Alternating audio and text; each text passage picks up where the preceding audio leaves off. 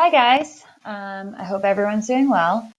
We are going to be working on page 9 in your 3B packet today, and most of our focus is going to be on zeros of polynomial functions. So we're going to start off with some ideas that are review, some vocab, some terminology, and then we'll look at a few new concepts. So something that you guys have already heard before is the fundamental theorem of algebra. So the fundamental theorem of algebra tells us that the degree of the function tells us how many zeros it has. So let's say I had a function, I'm going to make one up, x cubed plus 2x squared minus 5x. I don't even need to factor this function. I don't need to graph it. I don't need to do anything except for look at the degree of that function. And the degree of the function is going to tell me how many zeros it should have. So that's the first concept. We have talked about that before in Unit 2A when we did solving. Now, one thing to keep in mind as we go through this is those 3 zeros don't have to be different values. Sometimes a zero has a multiplicity, right? So if you had something like x minus 2 squared, you would have a multiplicity of 2. If you had x minus 3 to the 5th, that root would have a multiplicity of 5. So that's something to keep in mind here.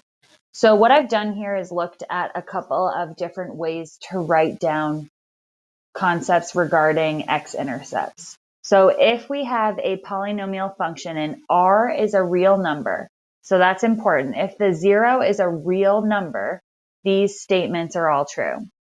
So if you have an x-intercept, you're writing that as though you have an ordered pair. So r comma 0 shows your x-intercept.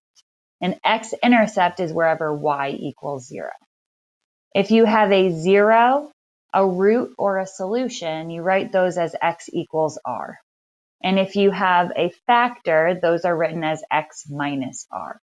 That should look familiar to you from our factoring unit and from our 2A factor and solve unit. So we're going to do an example below. So I've got x to the 4th minus 13x squared plus 36. So right off the bat, I can tell that there are going to be 4 zeros.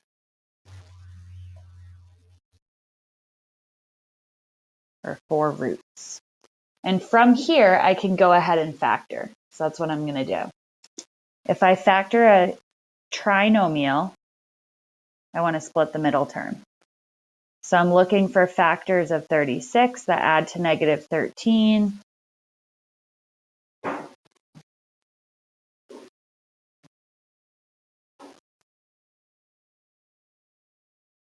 I'm thinking 4 times 9. So I'm going to do minus 4. Now my middle term is x squared, so I need to make sure I use that x squared. So minus 4x squared minus 9x squared.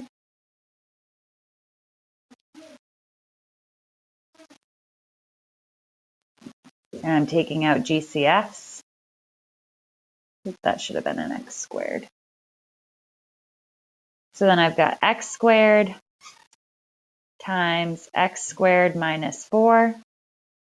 And then I've got minus 9 times x squared minus 4. So I've got x squared minus 4 times x squared minus 9. And I am not done because these both are difference of squares. So that gives me x plus 2, x minus 2, x plus 3, x minus 3. It's going to be super important to remember your difference of squares here. So I can rewrite this whole function as f of x equals x plus 2, x minus 2, x plus 3, x minus 3. So this is now fully factored. And I can see 4 factors in there. So let's just start with the very first term, x plus 2. So I'm going to list off the different information based on this factor, x plus 2. So x plus 2, if that is the factor, in order to get my 0, I set it equal to 0.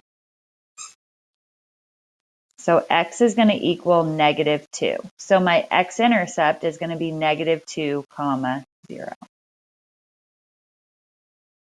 If I'm looking at my 0, I've got x equals -2. If I'm looking for my root or solution, that's x equals -2. And the factor is as is, that's x plus 2. The factor comes right from the equation. So these are just some examples of different ways that you might answer questions and different terminology.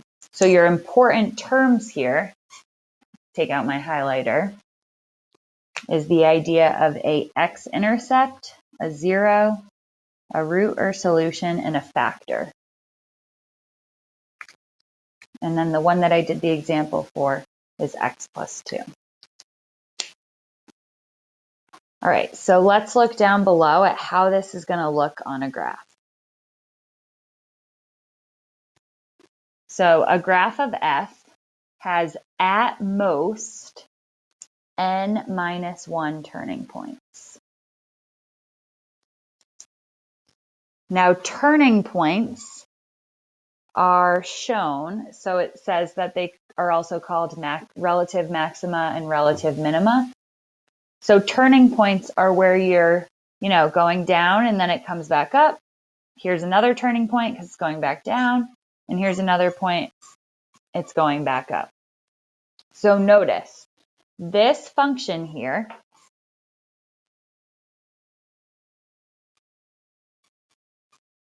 the n value is 4. So is this function. That n value, the degree, is 4. So that means that there should be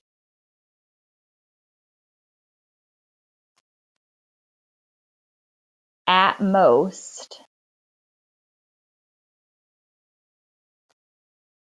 3 turning points. In this one, I have 1, 2, 3 turning points. In this one, I only have 1. It all depends on the full function, how many turning points there are. So at most, there would be 3 turns. This one has all 3. This one only has 1. Both are okay.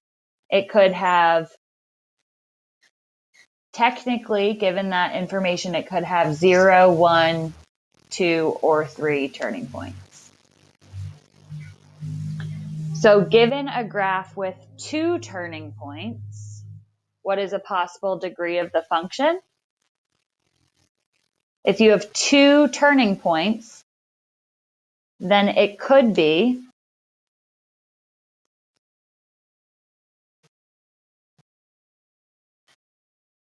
a degree of 3.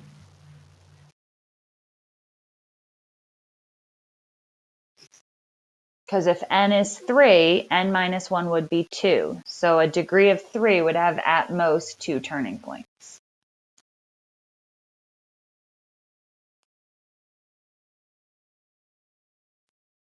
So I'm just going to flip my page to page 10 and look at the top of that page.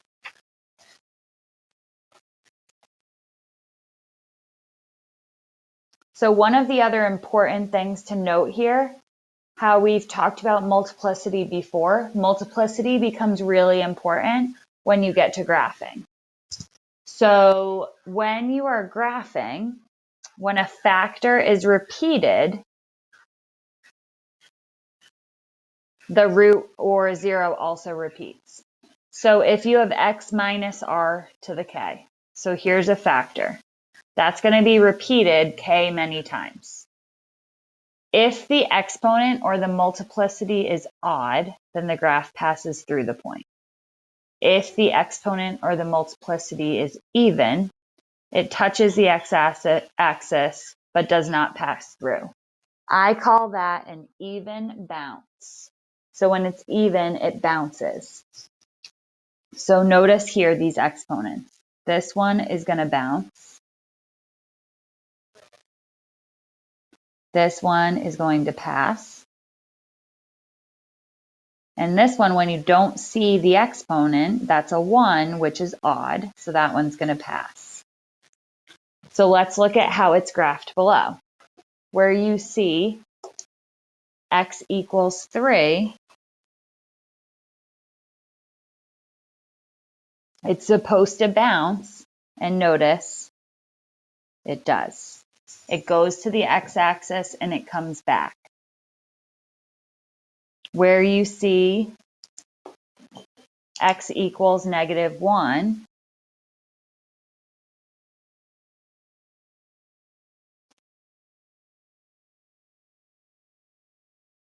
that's right here, and it's supposed to pass, and it does go through. It can change a little bit, but notice it does go through. And then our last one is x minus 2, so that means x equals 2. And that one is passing through. So in this example, it says to state each 0 and determine why it goes through or touches and does not pass through. So the only one that touches and does not pass through is x equals 3. So it bounces due to even multiplicity.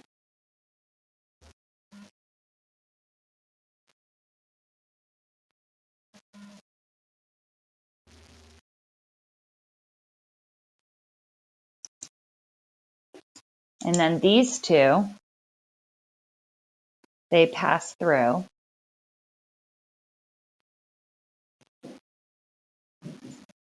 due to odd multiplicity.